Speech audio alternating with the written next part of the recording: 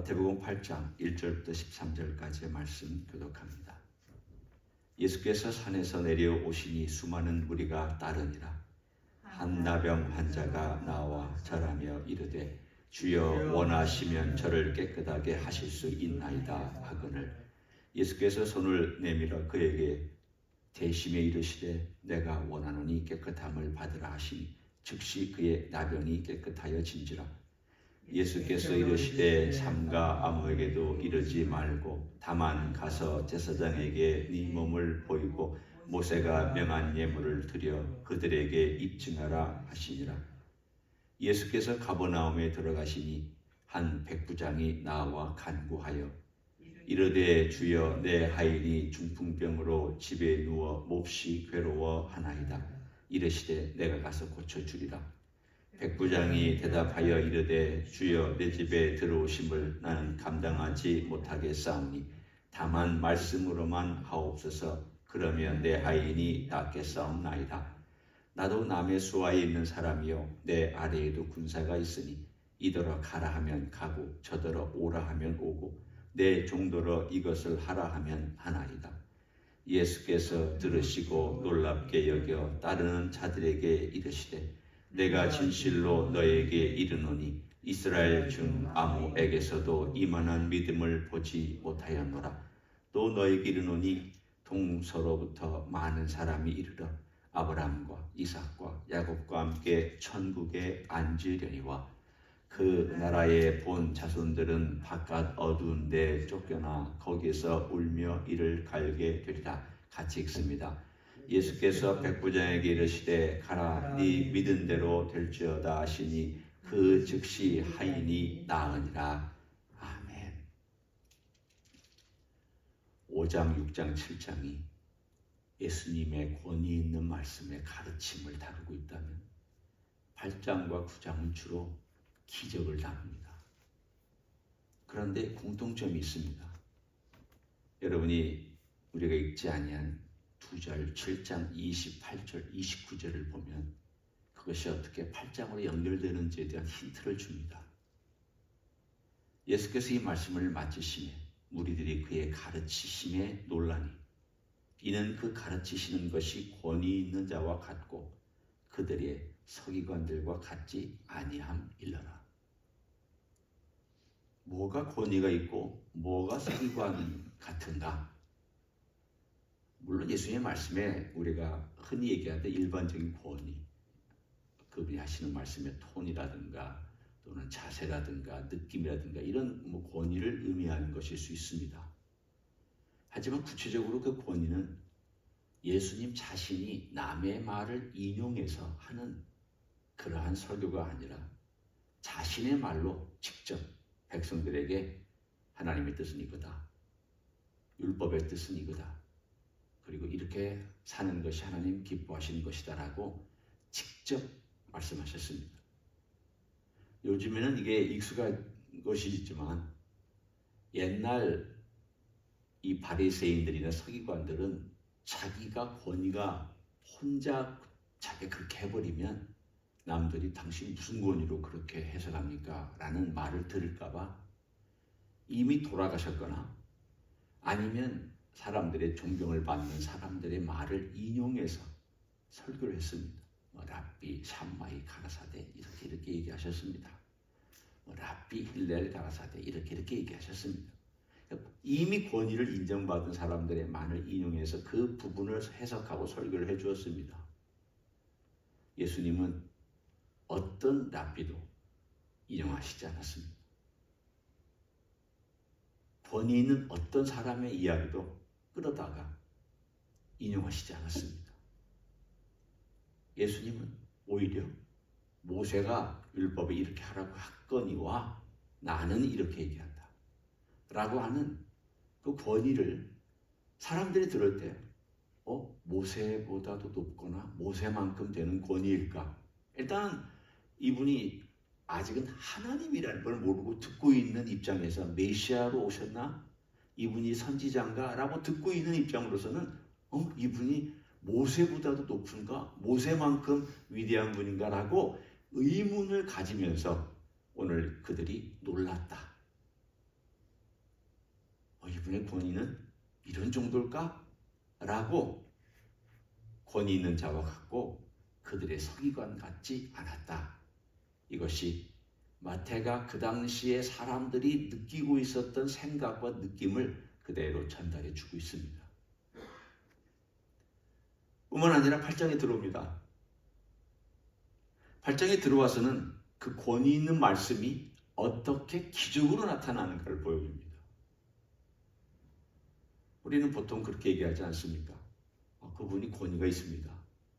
그러면 그분의 지위나 위치나 이런 것들이 권위가 있다는 뜻이기도 하지만 그 말에 어떤 역사가 있어야 그 권위가 섭니다. 부모도 약속을 지킬 줄 알아야 권위가 서고 사람도 자기가 행한 행동과 말의 약속을 그대로 행할 줄 알아야 권위가 섭니다. 예수님께서 8장에 말씀하셨는데 그분이 그 말씀하신 대로 돼야 권위가 서잖아요. 동시에 그분의 말씀은 또한 권위가 있으니까 이루어지잖아요. 이게 두 가지가 다 지금 여기서 얘기해주고 있는 강조하고 있는 내용입니다. 봐라, 이 메시아가 어떤 분이냐. 이분은 가르치시는 데 권위만 있는 것이 아니다. 이분은 오늘 나열되어 있는 우리가 대략 한 서너 가지 정도의 사건들이 등장을 합니다. 첫 번째 사건은 나병 환자입니다. 두 번째 사건은 중풍병 들린 하인을 데리고 있는 백부장 이야기입니다. 세 번째는 우리가 읽지 않았지만 그 뒤에 나와 있는 베드로의 장모의 이야기입니다. 베드로는 가정이 있었습니다.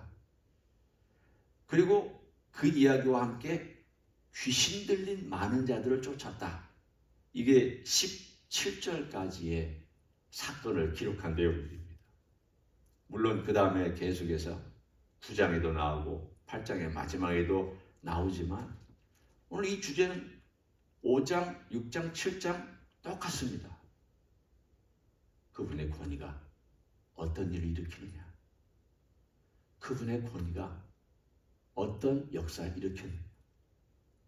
한번 우리가 잠깐 보면 8장 1절부터 4절까지 짧은 이야기지만 거기에 한 나병 환자가 나와서 이렇게 얘기를 합니다.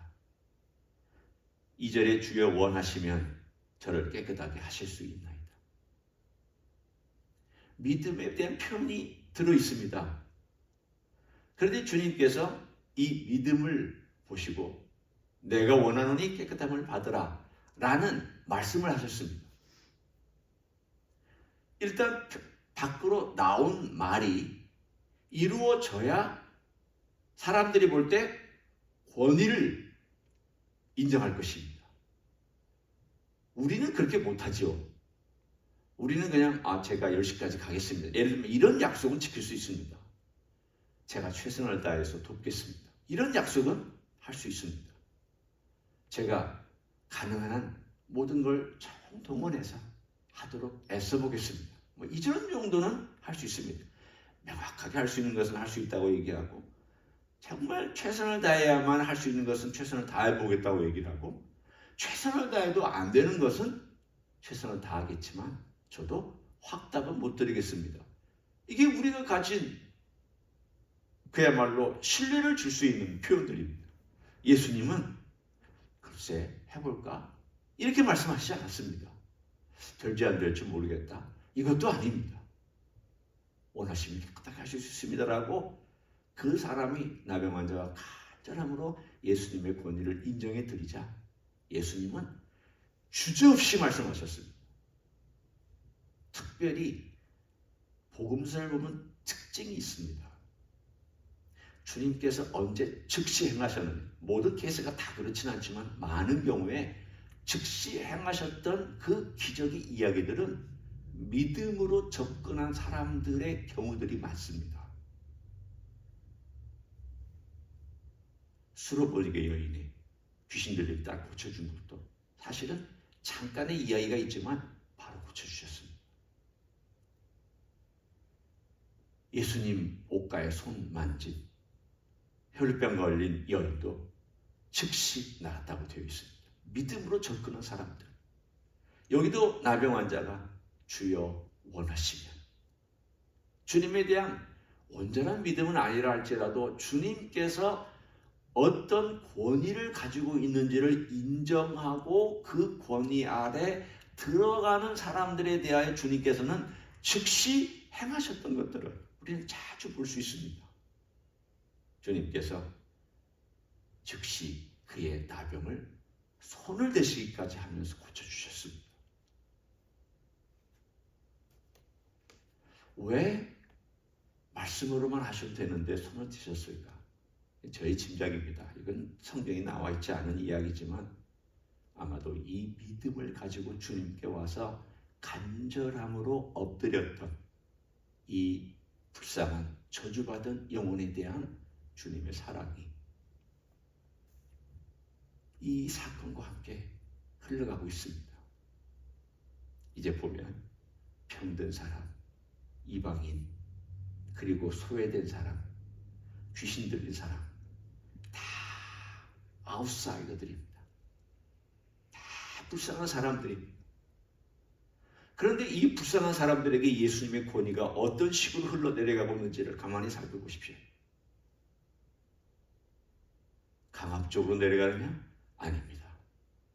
무겁게 내려가느냐? 아닙니다. 거기에 있는 서기관들이나 종교인들이나 헤롯 당원이나 로마 사람들처럼 어떤 무기나 권력이나 힘이나 돈이나 이런 것들로 그 권위를 행사하고 있습니까? 절대 아닙니다. 우리 주님의 권위는 손을 대시는 따뜻함과 부정타는, 생각해 보십시오. 이 나병 환자에게 손댄다는 것은 이 부정타는 일뿐만 아니라 옮기는 문제뿐만이 아니라 사람들이 제일 싫어하는 그 당시에 혐오의 대상 중에 혐오의 대상이었습니다. 이런 모든 종류의 저주를 다 안고 살아가는 그 사람에게 손을 댔다는 것은 주님의 권위가 말씀뿐만이 아니라 어떤 식으로 소외된 사람과 약한 사람들을 돌보고 있는지를 마태는 잘 드러내주고 있습니다. 뿐만 아닙니다. 그 다음에 한 백부장의 이야기를 주님이 우리들에게 이렇게 나눠줍니다. 이 백부장 좀 봐라. 이 이야기는 길게 나옵니다. 백부장이 저희 집에 오지 마십시오. 누추해서가 아니라 주님의 그 권위와 주님의 그 크심을 감당하지 못하는 그 권위 앞에 두려움이 있는 이 백부장, 로마 사람입니다. 이방인입니다. 다른 서기관들이나 바리새인들이 볼 때는 너는 저런 이방인이 어떻게 하나님 나라에 들어갈 수 있느냐? 하나님 나라에 들어가려면 유대교에 개종하고 유대교의 율법 지키고 우리처럼 적어도 살아가는 흉내라도 내야 하나님 나라에 들어갈까 말까 할 것이다. 이렇게 말을 듣는 개 취급을 받았다. 겉으로는 무기를 가지고 있기 때문에 말은 들었지만 속으로는 개, 돼지 취급을 했다. 저런 이방인에게 무슨 진리를 던지냐? 예수님께서 진리를 개나 돼지에게 진주를 던지지 말라 하는 것은 그 당시 유대인들이 쓰는 말을 예수님께서 역으로 사용하고 계시는 내용입니다. 왜 보물을 저런 이방인 개, 돼지에게 던지냐? 라고 할 정도로 자기들을 압제하고 자기들을 이용해 먹는 로마인들을 그렇게 속으로 무시하고 멸시했던 이방인이 믿음의 수준이 너무 높은 것을 주님은 칭찬해 주셨습니다. 어떤 믿음입니까? 오늘 보면 나오잖아요. 주님의 권위를 최고로 올려서 인정한 사람입니다. 주님의 권위 앞에 저는 아무것도 아닌데 그냥 말씀만 해주셔도 됩니다. 아주 너무 놀랍습니다. 아니 어떻게 이게 가능할까? 내가 만약 그 시대에 살면서 내가 옆에서 이제 일종의 제3자로서 그 사건을 이렇게 지켜보고 있는 기자다. 그래서 기자가 이 사건을 기록하고 있는데 이 사람이 예수님에 대해서 뭘 안다고 이렇게 얘기하고 있을까? 이 사람 마음속에는 또 어떤 종류의 믿음이길래 이렇게 얘기할 수 있을까? 너무 놀랍잖아요. 이 얘기하는 게 아니 저도 저 위에도 권위가 있는 분이 있는데 천부장이 저거 오라 하면 오고 가라 하면 갑니다. 명령에는 순종하는 군인입니다. 그리고 권위는 절대적입니다. 주님의 권위는 절대적이라는 말 아니에요. 주님의 권위는 절대적인 것이기 때문에 말씀하시면 다 이루어질 것입니다. 말씀만 하십시오. 얼마나 놀라운 믿음을 갖고 있었습니까? 우리도 지금도 그렇지 않습니까? 우리가 살아가면서 예수님 말씀을 권위 있게 듣고 권위 있는 그 말씀 앞에 복종하고 우리에게 자신을 맡기고 나아가고 있는가? 못 그럴 때가 많잖아요. 주님께서 우리에게 주신 수많은 말씀들 앞에서 우리는 때때로 이렇게 해야 돼, 말아야 돼. 순종하자니 힘들고 또 순종하자니 어려움도 많고 아직 내 삶이 못 따라가는 것 같고 아직 아닌 것 같고 지금도 계속 갈팡질팡하고 있잖아요. 쑥 못 들어가잖아요.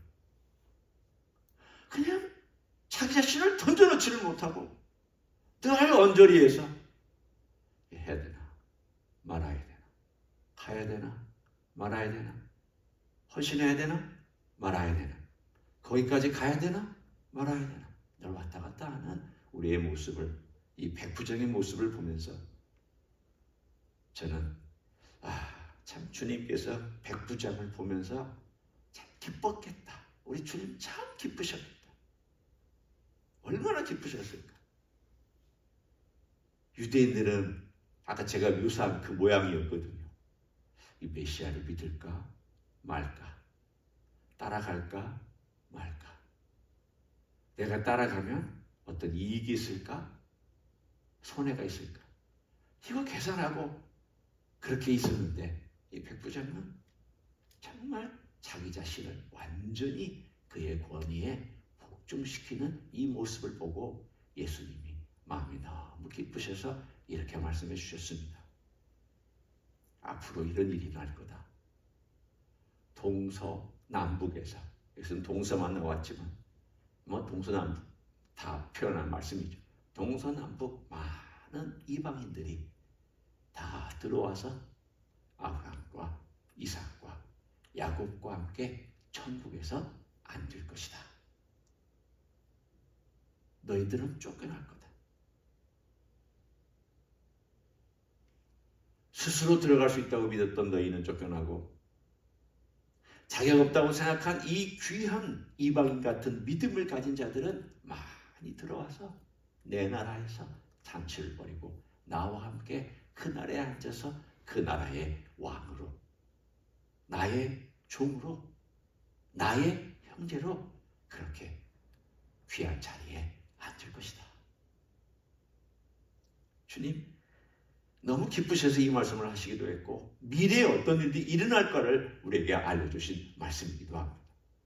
그래서 우리가 지금 하나님 나라에 들어와 있잖아요. 그러나 하나님 나라에 들어와 있지만 그러나 좀 생각해 볼 필요는 있어요. 내가 하나님 나라에 들어와 있지만 이 백부장 같은 믿음을 갖고 있을까? 아닌가? 오늘은 그것을 우리에게 좀 적용하며 살기를 원합니다. 주님께서 이 땅에 오셔서 이 백부장을 보시고 기뻐하셨을 그 믿음이 만일 나에게 적용된다면 주님께서 나를 보시고 어떤 믿음이면 기뻐하실까? 그냥 주님 믿습니다. 그런 우리가 흔히 말하는 그런 믿음 말고 어떤 종류의 믿음? 이 백부장이 보여줬던 믿음은 대단히 창의적이잖아요. 군인으로서 가지고 있는 창의적인 생각과 표현, 자기가 표현할 수 있는 것들 가지고 예수님 앞에 복종했잖아요. 나는 어떻게 해야 될까? 이것은 우리의 숙제입니다. 오늘 하루 동안 저도 이것을 고민하겠습니다. 우리 같이 고민하며 주님이 기뻐하시는 믿음이 뭘까를 가지고 오늘도 살아가시는 여러분 되시기를 예수님의 이름으로 간절히 축원합니다. 기도하겠습니다. 우리 주님은 권위 있는 말씀으로 가르치셨습니다. 우리 주님은 권위 있는 말씀으로 환자들을, 병자들을 고쳐주셨습니다. 그 당시에 가장 저주받은 병이었던 나병을 고쳐주셨습니다. 친히 손까지 대시면서 고쳐주셨습니다. 백부장의 하인의 집에 가서 그 하인에게 손대며 고쳐주려고 하셨는데 백부장은 오히려 말씀만 하셔도 된다라고 놀라운 믿음을 보여주셨습니다. 주님이 너무 기쁘셨습니다. 이런 믿음을 보겠느냐고, 이스라엘 전체를 돌아다니면서도 이만한 믿음을 볼 수 없다고, 얼마나 주님이 기쁘셨으면 이런 말씀을 하시고 앞으로 이런 믿음을 가진 자들이, 많은 이방인들이 하나님 나라에 들어올 것이라고 예언까지 해주셨습니다. 주님, 우리도 이런 백부장 같은 믿음으로 주님의 권위 앞에 나 자신을 온전히 던질 수 있는 삶을 살아가도록 축복하여 주시옵소서. 이제는 우리 구주 예수 그리스도의 은혜와 하나님 아버지의 극진하신 사랑과 성령 하나님 교통하심의 역사가 우리 주 예수 그리스도 하나님의 아들 하나님, 그리고 이 땅과 만물과 인생들을 지으시고 이 모든 것들을 주관하시고 우리를 위해서 친히 이 땅까지 오셔서 모든 권위를 가지고 친히 행하셨던 이 이야기를 들으며 우리 주님 앞에 다시 한번 내 삶을 복종시키고 나아가기를 소원하는 이 자리에 참여한 모든 종들 위에와 주임지 히스교회 위에와 이민교회들, 광곡교회들과 선교사님들 위에 이제부터 영원히 함께 하실지어다. 아멘.